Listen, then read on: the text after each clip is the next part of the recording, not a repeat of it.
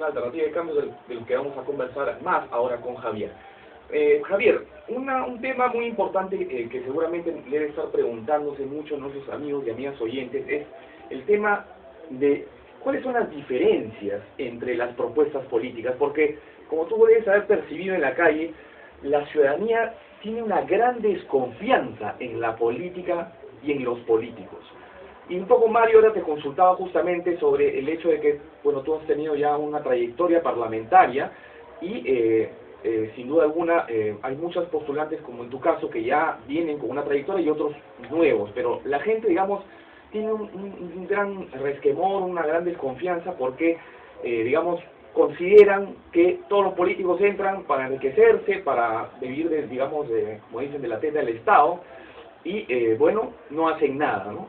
Ese es, digamos, un sentir muy común en gran parte de la población. ¿Qué le tendrías que decir tú en este momento a los amigos, amigas oyentes, a las amas de casa que nos están escuchando, los jóvenes, sobre este tema? ¿Cómo ganar nuevamente la confianza en la política desde los ciudadanos? A ver, en primer lugar yo creo que hay políticos y políticos, ¿no? Y la gente distingue, me parece a mí, en ese terreno. La última encuesta que vi de apoyo, por ejemplo, sobre a quienes querían ver en el Congreso, en el caso de Lima, me daba un 9.1% entre los encuestados de opinión favorable a que esté en el Congreso. Es decir, hay un sector que tiene una expectativa. Yo creo que recuperar la confianza de los ciudadanos pasa por varios elementos que creo están en la propuesta de Gana Perú. En primer lugar, creo que está la propuesta de renovar la política. Renovar la política implica, en mi opinión, un cambio en la Constitución, porque según la Constitución actual, ni el presidente ni los congresistas pueden ser removidos del cargo, por ejemplo, ¿no es cierto?, por los electores. La rendición de cuentas de las autoridades es una formalidad, y los mecanismos de control ciudadano no son concretos. Pero por otro lado, yo creo que hay una serie de mecanismos que impiden el control. Por ejemplo, la Contraloría General de la República, que es la que tiene que cautelar cómo se usa el dinero, se nombra entre candidatos que propone el presidente, que es el vigilado. O sea, el vigilado propone a sus vigilantes. Eso es un absurdo total. El Congreso no tiene una comisión de presupuesto que haga seguimiento día a día de cómo se está gastando el dinero, para no llorar sobre la leche derramada, sino para intervenir y frenar en el momento oportuno lo que está siendo manejado irregularmente. Y eso no es casualidad. Esa es una forma de gobernar para permitir la corrupción y para impedir la supervisión y la vigilancia de la gente. Yo creo que este es un cambio central. Pero otro cambio central es que los políticos tienen que asumir la responsabilidad de las propuestas que hacen. Yo vi la entrevista el otro día de Toledo con Rosa María Palacios. Entonces Rosa María Palacios le dijo, ¿y cómo va a financiar usted duplicar el sueldo de los maestros? Entonces, va a aplicar, como ha dicho Kurt Burneo, su expresidente del Banco de la Nación, un aumento en el impuesto a las grandes empresas mineras, de manera que paguen no 30% de sus ganancias, sino 40% de sus ganancias.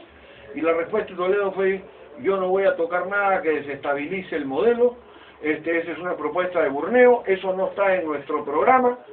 Y cuando tenía que explicar de dónde iba a sacar la plata, si no la va a sacar de las minas, que están obteniendo enormes ganancias, dejando migajas al Perú, si no le va a poner más impuestos a los bancos, que son usureros y que cobran unos intereses inaceptables a la gente, ¿de dónde la va a sacar? Y él quería sacarla de la reserva de contingencia. De la reserva de contingencia se paga la bonificación del 28 de julio, se paga la bonificación de Navidad de los trabajadores del Estado. De la reserva de contingencia sale el dinero para atender emergencias como el terremoto de Ica, por ejemplo, ¿no? Si se presentaran. ¿Se puede de ahí financiar un aumento permanente a los maestros? Luego dijo que iba a cobrar las deudas impagas a SUNAT. Mira, el mismo volumen de deudas está desde que él era presidente. O sea, no las cobró una vez. ¿Quién le va a creer que las va a cobrar ahora o que es posible cobrar? Entonces, la verdad es que yo creo que afirmar de dónde va a salir la plata es central. Y Gana Perú tiene en este sentido una propuesta muy concreta, que es recabar más impuestos de dos sectores fundamentales. Los sectores que explotan nuestras materias primas agotables, fundamentalmente minería, petróleo, gas, ¿no es cierto?, que se la llevan limpia y en bolsas llenas, y dos, de la banca y el capital financiero, a los que hay que regular para evitar la usura, pero también hay que cobrarles más impuestos para poder mejorar educación, salud, pensiones, infraestructura, agricultura, pequeña y microempresas. Una pregunta, esto de todo sobre el líder de Gana Perú, ¿no? Con respecto al proyecto político del 2006, que también fue bastante, digamos, una prensa avasalladora, estigmatizadora, etcétera. ¿Cómo ha cambiado en relación al 2006 el proyecto de Ollanta Humala y su personalidad, etcétera, ¿no? Como proyecto en sí, porque la gente tiene todavía el recuerdo de ser de repente un proyecto también sucesivo de Chávez, etcétera, ¿no? Con toda esa información que nosotros teníamos en el 2006. Bueno, yo creo que el tema Chávez se ha ido disolviendo porque se hizo evidente que era un manejo propagandístico totalmente arbitrario impuesto por García. Creo que Humala ha incorporado a su propuesta bastante más también a los sectores productivos nacionales, a los sectores de capa media, junto a los sectores populares en su propuesta, pero personalmente yo creo que necesita un mensaje más firme y de fondo que lo distinga de un proceso que está dándose hoy en el país que se parece al del 2006. Acuérdense que en la segunda vuelta Ollanta Humala era el candidato del cambio y García se puso como el candidato del cambio responsable. Algo parecido está ocurriendo ahora.